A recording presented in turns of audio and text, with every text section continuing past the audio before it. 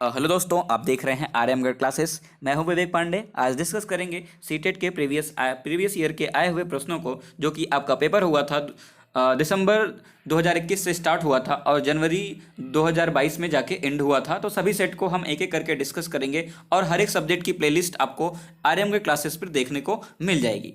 तो हम और आपको इस प्रीवियस ईयर प्रश्नों से बहुत ही फायदा मिलने वाला है। जैसे कि बता दें कि ये प्रश्न बार बार रिपीट होते हैं, जैसे कि कोहल वर्ग से लेके जीन पियाजे, वाइगोत्स्की, पावलोव। तो आप यही प्रश्न आपको बार बार उन्हीं से रिपीट करके पूछा जाता है। तो हम इस वीडियो में देखेंगे कौन से पॉजिटिव अप्रोच है, कौन सा नेगेटिव अप्रोच है, किस क्वेश्चन से आपको ज़्यादा प्रॉफिटेबल हो सकता है और कौन से क्वेश्चन बार बार रिपीट होते हैं। हम एक एक करके हर एक प्रश्नों को डिस्कस करेंगे। और दोस्तों, सबसे बड़ी चीज़ है कि सीटेट में बार बार वही प्रश्न रिपीट होते हैं, बस उनके पूछने का स्टाइल बदल जाता है।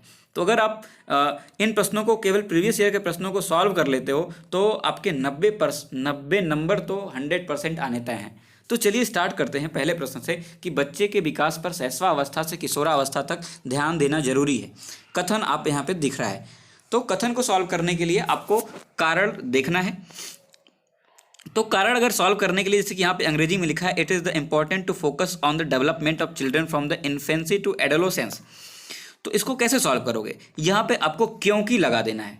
जैसे कि कथन के आगे क्योंकि लगा दिया, क्योंकि या बिकॉज लगा के, जीवन की शुरुआती कुछ वर्ष विकास के लिए बहुत महत्वपूर्ण हैं और मस्तिष्क नमनीयता के दृष्टिकोण से पूरी बाल्यावस्था और किशोरावस्था संवेदनशील अवधि है। सही बात है, क्योंकि बच्चों के विकास पर शैशवावस्था से किशोरावस्था तक ध्यान देना चाहिए, क्योंकि जो कि पहले शुरुआती अवस्था जो होती है वो विकास के दृष्टि से बहुत महत्वपूर्ण होती है। बच्चे का मस्तिष्क एक घड़े के समान होता है। जैसे आप कच्चा घड़ा होता है, उसको जिस हिसाब से ढालेंगे आगे की परवरिश उसी तरीके से होगी। तो कारण भी कहीं ना कहीं बिल्कुल सटीक साबित होता है। इसलिए हम पहले ऑप्शन पे जाएंगे, कथन और कारण दोनों सही है।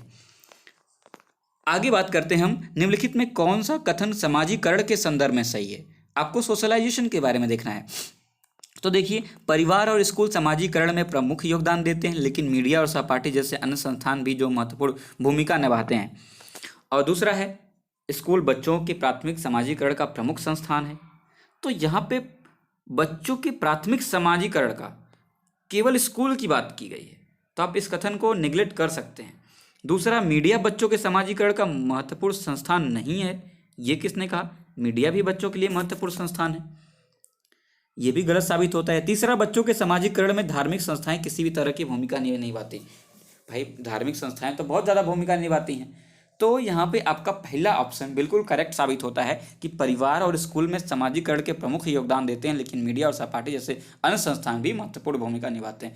जो सबसे बड़ा इसमें दिखे ना, उसको भी आप थोड़ा सा एक बार देख सकते हैं, और अक्सर वही सही भी होता है। तो आप ऐसा मत करिएगा कि आगे जो जितने बड़े हों तो पहले बिना पढ़े ही मार दीजिएगा, थोड़ा अपना दिमाग भी लगाइएगा। नेक्स्ट क्वेश्चन है, एक प्रगतिशील कक्षा में ऐसा वातावरण बनाने पर बल दिया जाना चाहिए जहां बच्चों की भावनात्मक आवश्यकताओं पर ध्यान रखा जाए, वे अपने को महत्वपूर्ण समझें। दूसरा है, उपलब्धि उद्देश्यों पर बल दिया जाए और परीक्षार्थी में विद्यार्थियों की उपलब्धि अध्यापकों द्वारा उनकी परिप्रेक्ष्य समझने का आधार बने। तीसरा क्या है, अध्यापक के नेतृत्व में विद्यार्थी निष्क्रिय अनुसरण करता है। तो ये चीज़ आप तुरंत माइंड में स्टक कर रही है। अगर आपके दिमाग में आप पेपर के समय बैठे हो तो आपको, जैसे कि तीसरा ऑप्शन दे रखा है, तो निष्क्रिय चीज़ आ गई, नेगेटिव चीज़ें आ गई, तुरंत कट करो इसको। विद्यार्थी परीक्षाओं के लिए पढ़ने की अपेक्षा की जाती, विद्यार्थियों से परीक्षाओं के लिए, भाई परीक्षाओं के लिए तो अपेक्षा नहीं की जाती, ज्ञान की अपेक्षा की जाती। तो ये दोनों ऑप्शन तो बिल्कुल गलत साबित होते हैं। आपको देखना है पहला और दूसरा में कौन अच्छा सबसे है। तो देखो, सबसे पहले कि बच्चों की भावनात्मक आवश्यकताओं को ध्यान रखा जाए, वे अपने को महत्वपूर्ण समझें, तो ये भी ऑप्शन दिमाग में है। और दूसरा, उपलब्धि उद्देश्यों पर बल दिया जाए और परीक्षा में परीक्षार्थियों की उपलब्धि अध्यापकों द्वारा परिपेक्ष समझने पर। भाई, उनकी उपलब्धि पे ही बल दोगे तो कैसी बात होगी? उनके आप नेगेटिव पॉइंट पे भी बल दो ना, वो क्या गलत कर रहे हैं, क्या अच्छा कर रहे हैं। तो आपका पहला ऑप्शन जो होता है सबसे करेक्ट साबित होता है। तो इस तरीके से आप प्रश्नों को सॉल्व कर सकते हैं अपने कॉमन सेंस के हिसाब से। वैसे कहते जो पेडागोगी है ना, शिक्षण शास्त्र, बहुत ही आसान है। बस आपको सिर्फ समझने की ज़रूरत है और पॉजिटिव अप्रोच के साथ। तीसरा क्या है, एक बच्चे के 3 पर्वतों के एक 3D त्रियामी मॉडल दिखाया जाता है। एक अन्य व्यक्ति इस मॉडल को भिन्न जगह से देख रहा है। बच्चों के दूसरी व्यक्ति के दृश्य क्षेत्र में देखे गए मॉडल को बनाने के लिए कहा जाता है। तो यह तरीका वह सही तरीके से नहीं कर पाता। तो जीन पियाजे को यह कौन सा नियम है? तो जीन पियाजे का बच्चों ये है आत्म केंद्रियता का नियम, जो कि इन्होंने दिया था। जैसे कि बता दें कि आत्म केंद्रियता में बच्चा सब कुछ अपने दृष्टिकोण से देखता है। ऐसा इसलिए है क्योंकि वह विश्वास रखता है कि पूरी दुनिया उसके जैसी सोचती है। जब छोटा बच्चा होता है तो आप सोचोगे ना मेरे जैसे सोच रहा है। जब आप बड़े होते हो ना तब ना सोचता है अरे यार मुझसे कुछ अलग सोच रहा है। तो आप जैसे आपकी तरह जो सोचता है वही आपका मित्र बन जाता है। तो इन्होंने जब जीन पियाजे बच्चों दिए था, इन्होंने आत्म केंद्रियता पर बल दिया था। तो आप इसको ध्यान देना इस पे, ठीक है।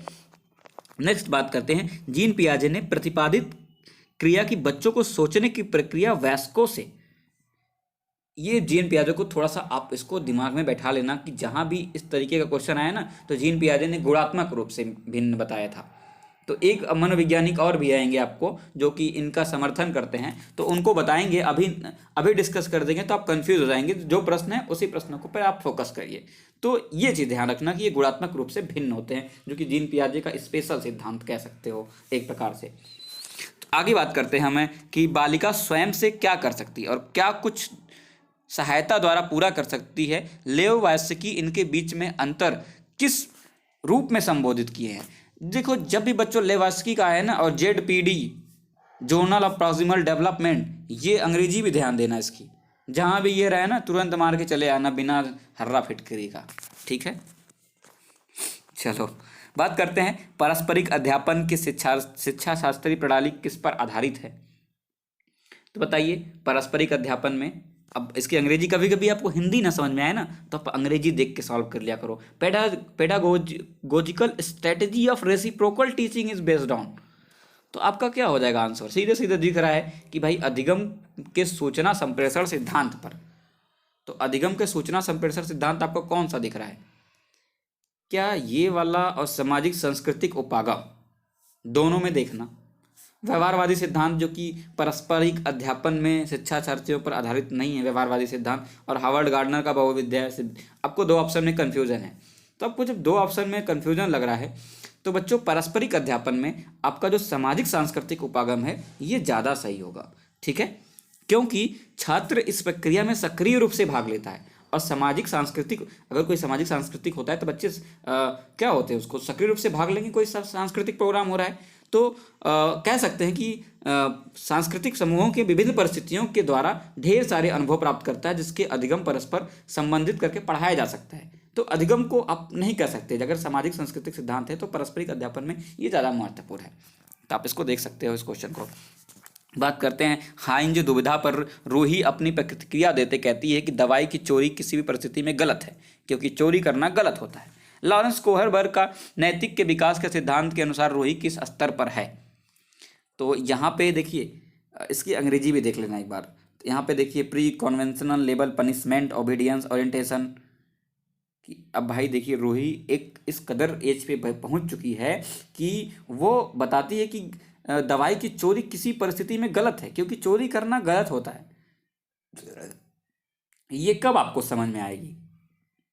जब आप पारंपरिक कानून व्यवस्था का अविनवीकरण यानी कि लॉ ऑफ ऑर्डर ओरिएंटेशन करते हो, तब जाके आपको सही गलत का सही समय पता चलता है। पूर्व पारंपरिक दंड, भाई पूर्व पारंपरिक दंड कहाँ से बच्चे को समझ में आएगा? स्व पुरस्कार अभिनवकरण। तो यहाँ पे अगर आपको ये प्रश्न समझ में बिल्कुल नहीं आ रहा है तो आप एक चीज़ सोचना कि दवाई की चोरी किसी परिस्थिति में गलत है। बच्चा कब गलत सही का निर्णय करता है? जब वो किशोरावस्था में होता है। तो किशोरावस्था में कह सकते हो कि यहाँ पे पारंपरिक कानून व्यवस्था यानी कि अगर आप देखोगे किशोरावस्था में कानून बहुत सारे घर वाले बनाते हैं कि आप ऐसे नहीं जाना है, आगे नहीं बढ़ना है, इधर वो गलत चीज़ें हैं, ये सही चीज़ें हैं, ये आपको ऐसे मोबाइल नहीं चलाना है। तो कानून ज़्यादा बनते हैं उसमें। आप उसमें पुरस्कार दे के बच्चों को नहीं समझा सकते हो जब तक कानून कठोर कानून ना हो। तो पारंपरिक कानून व्यवस्था अभिनवकरण ये ज़्यादा इंपॉर्टेंट क्वेश्चन, ये ज़्यादा ऑप्शन सही लग रहा है और ये भी सही भी है और मैंने इसको डिस्कस कर रखा है। तो आप इसको ये मत सोचिएगा कि सर गलत बता रहे हैं। हार्वर्ड गार्डनर के बहुबुद्धि सिद्धांत के अनुसार अंतर्वैयक्तिक बुद्धि से क्या तात्पर्य है? आप लोग अगर आता भी है तो पहले कमेंट भी मार दिया करो ताकि आपको एहसास हो कि हमने कितने क्वेश्चन कर लिए हैं। अगर जो मैं आंसर बता रहा हूँ उसके पहले अगर आप कमेंट कर देते हो ABCD तो आप बाद में इसको काउंट कर सकते हो, ठीक है। तो आपको ये एहसास होगा, हाँ यार मैंने इतने प्रश्न सही किए हैं, तो कॉपी पेन लेके बैठ जाओ। कमेंट करते हो तो भाई हम भी देख लेंगे थोड़ा सा, हाँ अभी वीडियो देख रहे हो। तो हार्वर्ड गार्डनर के बहुबुद्धि सिद्धांत के अनुसार अंतर्वैयक्तिक बुद्धि से क्या तात्पर्य है? तो बच्चों इनका आंसर हो जाएगा कि जो दूसरों के मनोभाव, स्वभाव, प्रोत्साहन को, नियत को पहचाने तथा उचित तरीके से प्रतिक्रिया करने की योग्यता करे, ये हार्वर्ड गार्डनर का बहुबुद्धि सिद्धांत है। आप जैसे बात करते हैं, जैसे साइकोलॉजिस्ट है, विद्यार्थी बातों को अन्य लोगों पर नजरिए से देखता है, साइकोलॉजिस्ट है, तो ये समझने के लिए कि क्या सोच रहा है और कैसा महसूस कर रहा है वो, इनमें अक्सर भावनाएं, इरादे, ये उत्प्रेरक को महसूस करने की अलौकिक शक्ति होती है और बच्चा समन्वयक हो जाता है। तो कह सकते हो कि जो हार्वर्ड गार्डनर का बहुबुद्धि सिद्धांत है कि दूसरे के मनोभाव, स्वभाव, प्रोत्साहन, नियत को पहचानने के लिए। बाकी ऑप्शन इसमें आप अगर हार्वर्ड गार्डनर का व्यक्तित्व सिद्धांत समझते हो तो आपको ये ऑप्शन ज़्यादा करेक्ट समझ में आएगा। तो फिलहाल आपने हार्वर्ड गार्डनर अगर न पढ़ रखा है तो आप याद रखना कि दूसरों के मनोभाव वाली, जहाँ स्वभाव वाली ऐसी स्थिति है, ये हार्वर्ड गार्डनर का बहुबुद्धि सिद्धांत इसको फॉलो करता है। नेक्स्ट क्वेश्चन बात करते हैं बच्चों। राष्ट्रीय शिक्षा नीति 2020 में बच्चों के मूल्यांकन और समावेश को प्रस्तावित करती है। तो अगर आप एक बार 2020 की जो है ना राष्ट्रीय शिक्षा नीति अच्छे से पढ़ लेना, क्योंकि आप इसके पहले बच्चों को नहीं पता था, पेपर हुआ था तो 2020 को लोग हल्के में ले रहे थे, यार 2020 जो है अभी अभी लागू हुआ है, 2021 में कैसे पूछ लेंगे। तो लेकिन 2020 की शिक्षा नीति पूछ ली गई थी, जो बच्चे पढ़ के गए थे उनका अच्छा स्कोर हुआ था। तो आप 2020 की जरूर पढ़ना, क्योंकि अभी लागू होने वाली है।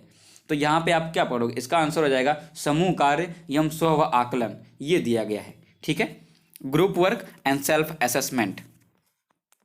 नेक्स्ट बात करते हैं, समग्र मूल्यांकन के उद्देश्य के ध्यान में रखते हुए अध्यापक को क्या करना चाहिए?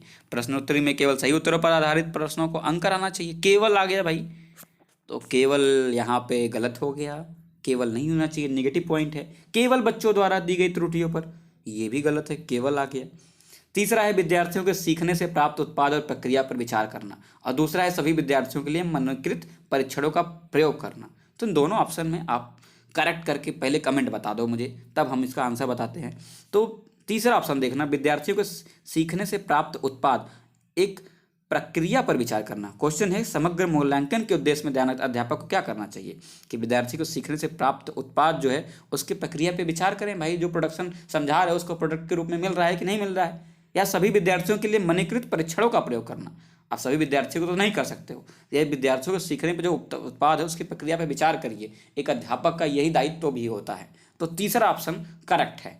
ठीक है, आप कभी भी ना हमेशा टीचर को गलती ठहराना है, यहाँ पे बच्चों को नहीं कर सकते, बच्चे भगवान है भाई। तो अगर पढ़ाना भाई तो ऐसे मत करना कि आप बिल्कुल सीटेट वाले नियम फॉलो करोगे तो बच्चे आपके सिर पर चढ़ जाएंगे। मुझे एहसास भी होता है, पढ़ाते भी हैं तो एहसास भी होता है कभी कभी, यार ये सिर पे चढ़ने वाली कंडीशन जो जितने ये लिखा है औपचारिकता बस है। तो फिलहाल आप जब तक प्रश्न को सॉल्व कर रहे हैं तब तक सोचिए कि हम बहुत ही गांधीवादी विचारधारा के टीचर हैं, तो आप अच्छे से सॉल्व कर लेंगे, गोडसे मत बनिएगा। ठीक है, अधिकांशतः यह देखा गया है कि माताओं की अनुपस्थिति में लड़कों की अपेक्षा लड़कियों से घरेलू कार्य को करने व छोटे भाई बहनों की देखभाल की अपेक्षा की जाती है। ये उदाहरण है भाई, अगर जहाँ पे सीधे लड़कियों की बात की गई, डायरेक्ट किसी एक जेंडर की बात की जा रही है, तो ये क्या है यहाँ पे आएगा? आंसर देना है इसका आप सभी लोग, देखते हैं कितने लोग देते हैं। तो भाई जेंडर रूढ़िवादिता आती है, किसी एक लिंग की बात की जाए ना, अगर लड़के पे प्रताड़ित हो रहा है, लड़की पे प्रताड़ित हो रहा है, तो वहाँ सीधे मार के आओ। न निरपेक्षता, समानता, प्रासंगिकता कुछ नहीं, सीटेट केवल रूढ़िवादिता मानता है, जेंडर स्टीरियोटाइप। अंग्रेजी याद कर लो यार, कभी कभी हिंदी में कंफ्यूज हो जाओगे तो इसका स्टीरियोटाइप याद कर लो। नेक्स्ट क्वेश्चन बात करते हैं, इनमें से कौन सी प्रगतिशील शिक्षा की विशेषता नहीं है? कौन सा प्रगतिशील नहीं है? अंग्रेजी देख लो इसका। Which of the following not correct? Progressive education, सतत एवं व्यापक मूल्यांकन पर बल नहीं है, ये चीज़ ध्यान रखना। ये मत ध्यान रखना कि है सीधे मार के आ जाओ पहला ऑप्शन। रट कर याद कराने पर बल, इसमें प्रगतिशील शिक्षा पर नहीं है। जहाँ पे रटने की बात की जाए ना, वो नेगेटिव पॉइंट होता है। केवल आ जाए, रट कर आ जाए, सूत्र देकर याद किया जाए, तो सब के सब नेगेटिव पॉइंट हैं। पहले दिमाग में रखना, रटना लिखा है मारो इसको, गलत है ये, और नहीं पूछा है तो नहीं को मार के चले आओ। कितना आसान था ये प्रश्न। भाषा और संज्ञान के बारे में कौन सा कथन वाइगस्की परिप्रेक्ष्य से सही है?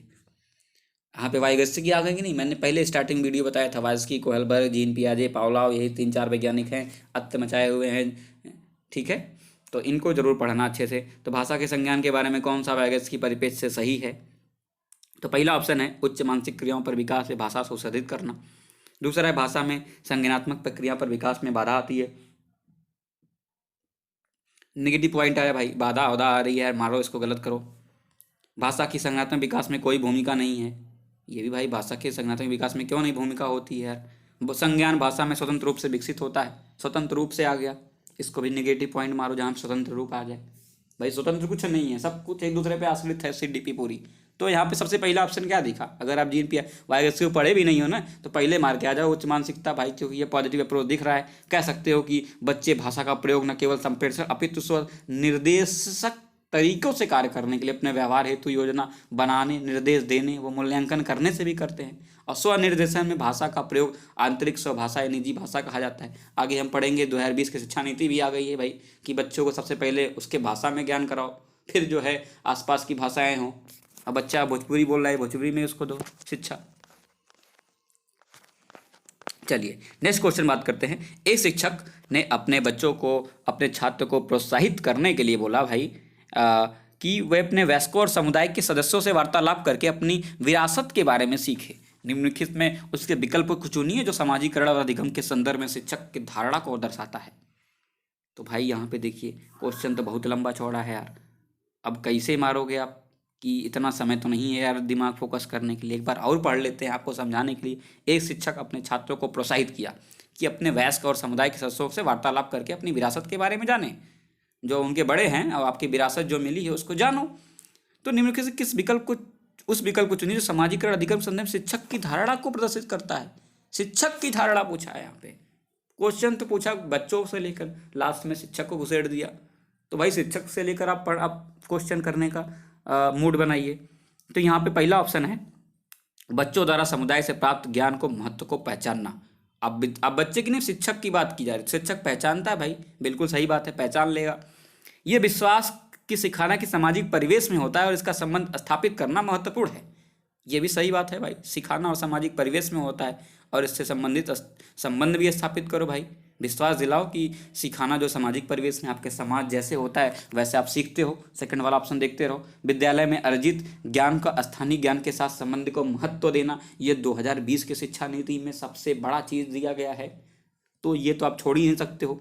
तो यहाँ पे देख लो, पहला दूसरा तीसरा तो करेक्ट हो गया। विद्यालय द्वारा सिखाए ज्ञान को ज़्यादा महत्व देना, कहीं पे ज़्यादा आ जाए कम आ जाए, कोई चीज़ ज़्यादा कर दी जाए वो नेगेटिव पॉइंट होता है भाई। यहाँ पे आप ना, मैंने बताया था गांधी वाले विचार रखो, न ज़्यादा न कम, हाइपर बनो नहीं, मीडियम बन के रहो। अब ये नहीं बीच के बन के रहो, वो चीज़ अलग हो जाएगी। तो यहाँ पे आपको बीच के बन के रहो, ये ज़्यादा सेटअप हो रहा है। तो ठीक है, यहाँ पे ऑप्शन थर्ड है भाई, बुरा नहीं मानना कोई बीच उच की बातें। अधिगम अक्षमता के संदर्भ में गणती अधिगम अक्षमता क्या कहलाती है?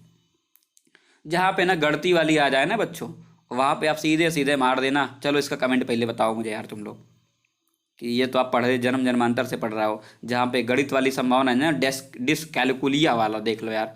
कैलकुलस कैलकुलेटर यूज करते हो ना, क्यों करते हो? गणित को, कि मैथ को सॉल्व करने के लिए। तो इसकी अंग्रेजी याद रखो, डिसकैलकुलिया। आपको अंग्रेजी हिंदी दोनों मिलता है, हिंदी मीडियम वाले बच्चों को। तो इनके लिए ये आप गुणज वैकल्य याद नहीं रहेगा यार, पठन वैकल्य, गति समय वैकल्य। तो अगर जो हिंदी मीडियम वाले हैं ना, ये दोनों में कंफ्यूज रहेंगे, गुणज मारे कि गणित मारे, कितने तो गणित मार के चले आएंगे। तो अब बस इसको लिखो डिसकैलकुलिया। डिसकैलकुलिया, जितनी गणित की क्षमता होती है ना, सब डिसकैलकुलिया के अंदर आ जाएंगी। ठीक है।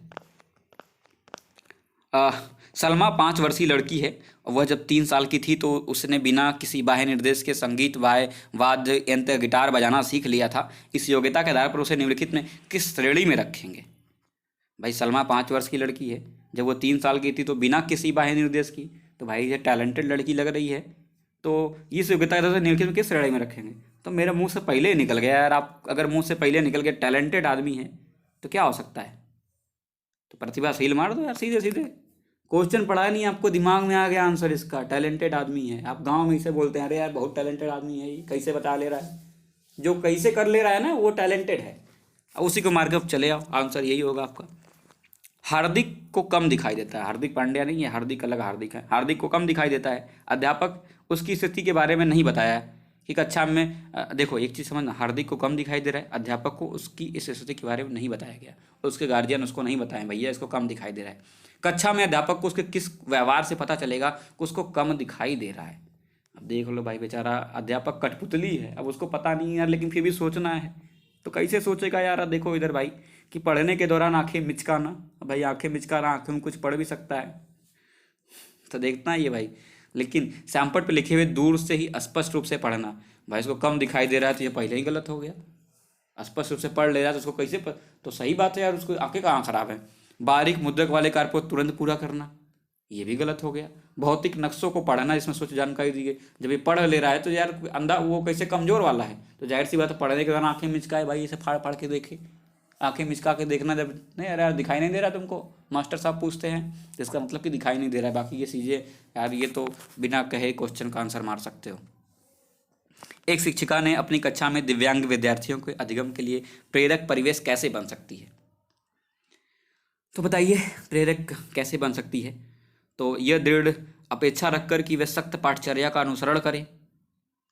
दूसरा है बच्चे सख्त आ गया तो भैया तुरंत कट करो इसको, हर्रा फिटकरी लगा के, बच्चे से परामर्श करे बिना उसके सारे निर्णय खुद लेकर, भाई ये भी तो नेगेटिव है यार, इसको पॉइंट हटाओ।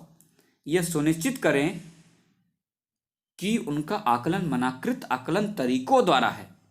भाई सुनिश्चित सुनिश्चित जहाँ करने वाली बात आ जाए ना, ये भी इसको गलत मार दो। हिंदी यार अगर आपको समझ में आती है ना तुरंत कहोगे सुनिश्चित कर लो यार, कोई चीज़ आप ही मन से अपने दिमाग से सुनिश्चित नहीं कर सकते हो। बच्चों को मैंने कहा मीडिएटर होकर सोचना है, मीडियम बन के सोचना है, बीच वाला बन के सोचना है, गांधी जी बन के। तो पाठचर्या में उपयुक्त यथोचित समायोजन करके आपको ये सारी चीज़ें करनी है। जहाँ पे सबसे सटीक पॉइंट लगे ना वही मार के आओ, वही आंसर आपका है भाई। समावेशी शिक्षक प्रतिभाशाली बच्चों को शामिल नहीं करती है, और समावेशी शिक्षा सिर्फ अपूर्णता के दृष्टिकोण पर कार्य करती है। मैंने आपको स्टार्टिंग में कथन कारण एसरेशन रीजन वाले कथन जो है ना, इसको आप यही करिए कि समावेशी शिक्षक प्रतिभाशील बच्चों को शामिल नहीं करती।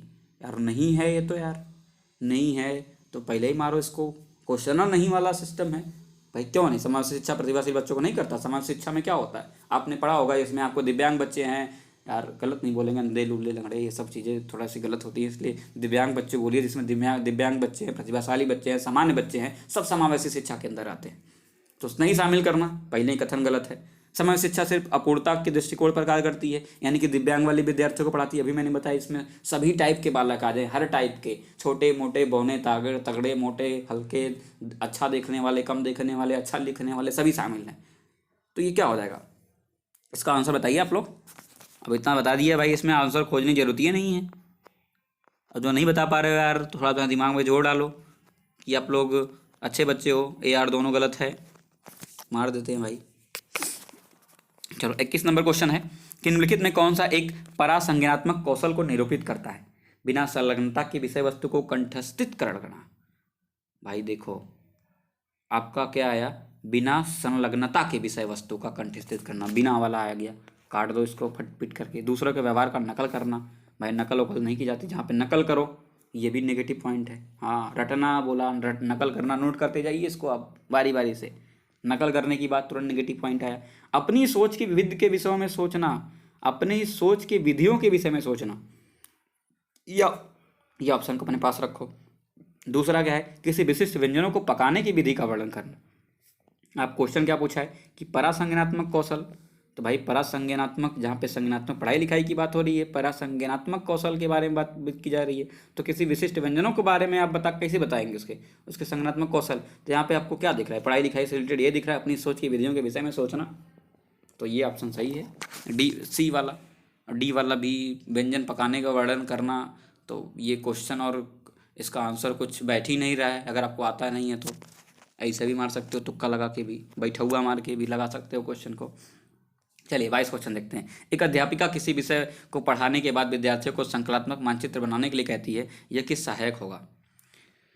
तो इसका आंसर क्या होगा 22 का क्वेश्चन है कि एक अध्यापक किसी विषय को पढ़ाने के बाद विद्यार्थियों को संकलनात्मक, इसकी अंग्रेजी देख लीजिए क्या लिखा है। A teacher encourage her student make a concept map after teaching a topic. This would help in, तो किसमें करेगी, संरचनात्मक मूल्यांकन संचालित करने के लिए। भाई मूल्यांकन तो कर सकते हो या संरचनात्मक, तो पहला ऑप्शन कह सकते हो सही होगा। दूसरा क्या है, विद्यार्थियों के मुख्य बिंदुओं के सार लिखने की क्षमता का परीक्षण करना। भाई जब पूरा चीज पढ़ रहे हो तो उसके सार लिखना भी, कंक्लूजन जिसको बोलते हो, सार, वो भी जरूरी है। विद्यार्थियों की उपलब्धि का मूल्यांकन हेतु रूबरिका को विकास करना। रूबरिका की बात की जाए तो उसका विकास करोगे ही। लेकिन विद्यार्थियों की कलात्मक योग्यता का परीक्षण करने के लिए, भाई किसी चीज़ पे आप बच्चे को परीक्षण उच्छण करने के लिए नहीं, उसको टेस्ट उस्ट लेने की बात मत कहो, वो गलत चीज़ें हो जाती हैं। परीक्षण उच्छण मत किया करना कभी बच्चों का। बाद में भले शिक्षक बनने के बाद परीक्षण करना, लेकिन क्वेश्चन में परीक्षण करना नहीं। हाँ, आपकी परीक्षा भले हो रही है तो यहाँ पे कौन सा ऑप्शन सही हो जाएगा? पहला, पहला, दूसरा, तीसरा। ठीक है, नेक्स्ट क्वेश्चन की बात करते हैं। 23वें नंबर की, प्राथमिक कक्षाओं के विद्यार्थी किस प्रकार के वातावरण में सबसे प्रभावी रूप से सीखते हैं? तो बताइए, जहाँ शिक्षक एकाधारवादी हो। भैया क्या ये पॉजिटिव पॉइंट लगता है? अगर लगता है तो बताइए मुझे। एकाधारवादी नेगेटिव पॉइंट है भाई, एकाधारवादी नहीं, आपको बीच का बनकर सोचना है। जहाँ शिक्षिका अधिगम को निर्देशित करती है कि भैया विद्यार्थियों ने निष्क्रिय रहने की अपेक्षा करती है, नेगेटिव पॉइंट आ गया। जहाँ मूल्य रूप से पठन कौशलों को अंक प्राप्त करने पर, भैया मैंने कहा ना, आप नॉर्मल जीवन में बच्चों फोकस करिए अंक प्राप्त करने के लिए। आप बीच का बन के सोचिए, जहाँ विद्यार्थियों को सामाजिक संज्ञानात्मक आवश्यकताओं को, WHO को फॉलो करिए। WHO की परिभाषा क्या है? नैतिक विकास, सामाजिक विकास, धार्मिक विकास, आर्थिक विकास, सब विकास करिए बच्चों का, तब जाके अच्छे शिक्षक हैं आप, अच्छे क्वेश्चन कर सकते हैं CDP के। WHO की परिभाषा याद रहे दिमाग में तो आप क्वेश्चन कर ले जाओगे। निम्नलिखित में कौन सी, ये क्वेश्चन का आंसर बता दिया ना आपको, इसका आंसर क्या होगा? D होगा। ठीक है, चलिए क्वेश्चन नंबर हम 24 सॉल्व करते हैं। निम्नलिखित में कौन सी शैली एक प्रभावशाली विद्यालय में प्रयोग लाई जानी चाहिए? तो बताइए कौन सी शैली आनी चाहिए? ये आंसर आप हमें कमेंट में बताइए, जल्दी जल्दी बताइए आप लोग। इसका आंसर क्या हो जाएगा? सजात्मक अधिगम। इनाम और सजा का प्रयोग, भैया मैंने बताया नेगेटिव पॉइंट हो गया, सजा इनाम कुछ नहीं कर सकते। प्रतिसाधक, आप भले कंपटीशन करा लो भैया, फर्स्ट रैंक सेकंड रैंक आई है, वो चीज़ बिल्कुल नहीं दिमाग में आनी चाहिए मास्टर साहब के। तुलनात्मक मूल्यांकन ये भी नहीं करना चाहिए, सहयोगात्मक करना चाहिए। बीच का बन के सोचिए आप लोग। 25, आंतरिक स्वतः स्फूर्त प्रेरणा का उदाहरण कौन सा है? तो क्वेश्चन नंबर 25 हो जाएगा आपका कि एक आंतरिक स्व स्फूर्त प्रेरणा का उदाहरण, अंग्रेजी समझ लीजिए, एग्जाम्पल ऑफ इंट्रिंसिक मोटिवेशन। एक विद्यार्थी के अच्छे ग्रेड लाने के लिए प्रयोग कर रही है। भाई अच्छा ग्रेड रोड की अच्छा चीज़ें बनने के लिए करो ही, नंबर वंबर की बात मत करो यार, सीधे सीधे आप उसको गलत कर दो। दूसरा क्या है, एक विद्यार्थी इसलिए प्रयोग कर रही है क्योंकि उसे प्रयोग का परिणाम जानने की उत्सुकता है। ऑप्शन अपने दिमाग में थोड़ा भी रख लो, इसको होल्ड करो। तीसरा देख लेते हैं पहले, एक विद्यार्थी इसलिए प्रयोग कर रही है क्योंकि उसे थ्योरी का अच्छा पसंद नहीं। भैया नहीं, वहीं वाला सिस्टम हटाओ, गलत। एक विद्यार्थी इसलिए प्रयोग करे क्योंकि वो अपने अध्यापक को प्रभावित करना चाहती है। भैया अध्यापक को तो प्रभावित करके क्या करोगे यार, कौन सा अध्यापक को ले जाओगे?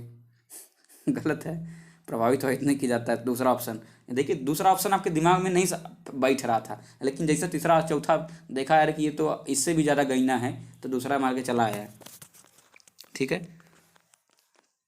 तो आपको CDP में ना थोड़ा पैसेंस रख के भी पढ़ना है।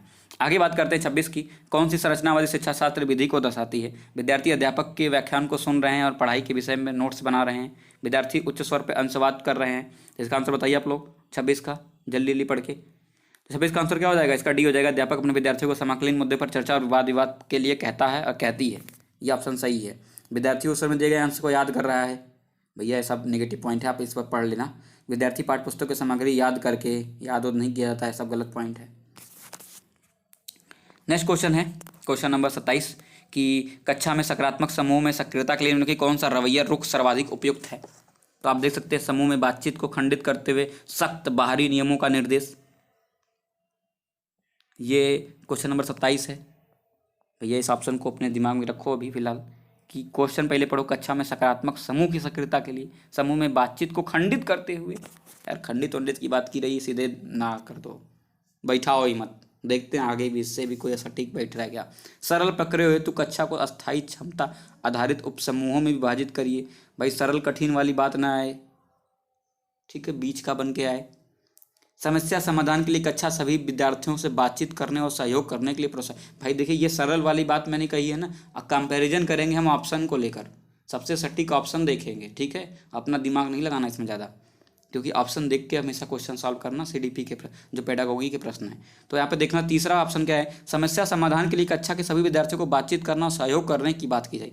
थोड़ा लंबा है यार है, तो मैंने कुछ पहले इसके बात कही थी कि जो लंबा है उसको एक बार दिमाग में बैठा लो, हो सकता है, मे बी पॉसिबल, मे और मे नॉट बी पॉसिबल, ठीक है, संभावनाएं हैं, अभी नहीं कर सकता जब तक डी न पढ़ लें। तो प्रदर्शन में वृद्धि के लिए समूहों की प्रतिस्पर्धा को प्रोत्साहित करें। भाई प्रतिस्पर्धा आ गया, हटाओ इसको, मार दो 3 वाला, और आंसर यही करेक्ट भी है।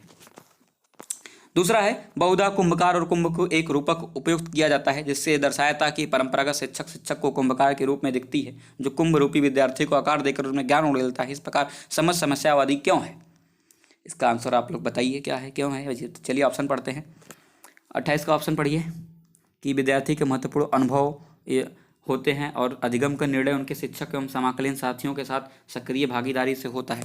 सबसे बड़ा यार, इसको पहले दिमाग में रख लो कि मे और मे नॉट बी पॉसिबल, मे और मे भी हो सकता है, नॉट मत लगाओ। बच्चे भोले भाले हैं, कुछ भी शिक्षक की मदद, यार भोले भाले भी नहीं बच्चों, इतना भी बच्चों पर ध्यान नहीं देना। ये सीटेट ये भी कहता है ज़्यादा भोले भाले भी नहीं बनाओ बच्चों को बीच का बनाए रखो और खुद का बीच बने रहो। अधिगम की प्रक्रिया किसी सामग्री या शिक्षक पर कोई आ सकता नहीं, गलत पॉइंट है। यदि बच्चे शिक्षक की बात निष्क्रिय रूप से सुनते रहेंगे तो अधिगम भली प्रकार संपादित। अरे यार जब निष्क्रिय रूप से सुनेंगे तो अधिगम कैसे भली प्रकार से होगा? तो पहला ऑप्शन करेक्ट हो गया यार, बिना हर्रा फिटकरी लगाए हुए क्वेश्चन आपका सही हो गया। क्वेश्चन नंबर 29 देखिए कि बच्चों के कार्य में त्रुटियों को आप कैसे देखेंगे। तो यहाँ पे आपका ऑप्शन है कि दूसरों के समक्ष उनकी बौद्धिक निम्नता को, नेगेटिव पॉइंट। आवश्यक रूप से शिक्षक की तैयारी में कमी, नेगेटिव पॉइंट। अध्यापक को बच्चों को निराशा, अरे यार ये वाला गलत है। शिक्षक द्वारा पूर्णतः विश्लेषण कर बच्चों को विचार, बिना कहे ऑप्शन भी ना पढ़ो, मार के चले आओ, लेकिन पढ़ लेना, फिर देखना कि कौन सबसे सटीक हो रहा है। लेकिन यहाँ पे नेगेटिव बिल्कुल नहीं है, तो आप इसको डी वाला ऑप्शन मार के चले आना। लास्ट क्वेश्चन है 30वां कि निम्नलिखित में कौन सी प्रक्रिया माध्यमिक विद्यालय पर विद्यार्थियों को समालोचनात्मक चिंतन पर संबोधन कर सकती है। तो उस विद्यार्थी को स्वयं पाठ पुस्तक पढ़ने के लिए कहना और सहपाठियों पर चर्चा करने से बचना। भैया एक तो सही बोल रहे हो, पुस्तक पढ़ने के लिए कहना, लेकिन सहपाठी भी जरूरी है। क्लास में बातचीत कर रहे हैं, मार दो शिक्षक बनने के बाद, लेकिन सीटेट के प्रश्नों को सॉल्व करते समय उनको सहपाठी उनके लिए इंपॉर्टेंट हैं। दूसरा क्या है, विद्यार्थी को किसी भी विषय पर चर्चा करने के लिए कहना और सवाल पूछना। तो ये ऑप्शन रख लो दिमाग में भी। व्याख्यान विधि का प्रयोग करते हुए अध्यापक द्वारा प्रस्तुतिकरण, भाई व्याख्यान के साथ साथ और भी विधियाँ हैं उसको भी फॉलो करिए, तो ये नहीं कर सकते। विद्यार्थी को पाठ्यपुस्तक अंत में दिए गए प्रश्नों को उत्तर लिखने, ये भी गलत चीज़ें हैं, अंत वाला सिस्टम, तो बी वाला सही है। तो दोस्तों कैसी लगी ये वीडियो? अगर वीडियो पसंद आई हो तो अपने दोस्तों के साथ शेयर करना। और भी हम सीडीपी के नए सेशन के प्लेलिस्ट बनाएंगे, आरएम के क्लासेस पे सारे वीडियो अपलोड होंगी। और कौन सी सब्जेक्ट की आप पढ़ना चाहते हो हमें कमेंट बॉक्स में बताना। और चलिए आज के लिए इतना ही। अगर वीडियो पसंद आई हो तो शेयर कर देना दोस्तों, और लाइक का बटन, सब्सक्राइब जरूर कर लेना। बहुत मेहनत लगी भाई, 30-40 मिनट लगा है पढ़ाने में, और उसके पहले सेटअप बनाने में भी टाइम लगता है यार। तो मेरी जो है मेहनत को थोड़ा सा आप रहम करिएगा। तो जय हिंद, धन्यवाद।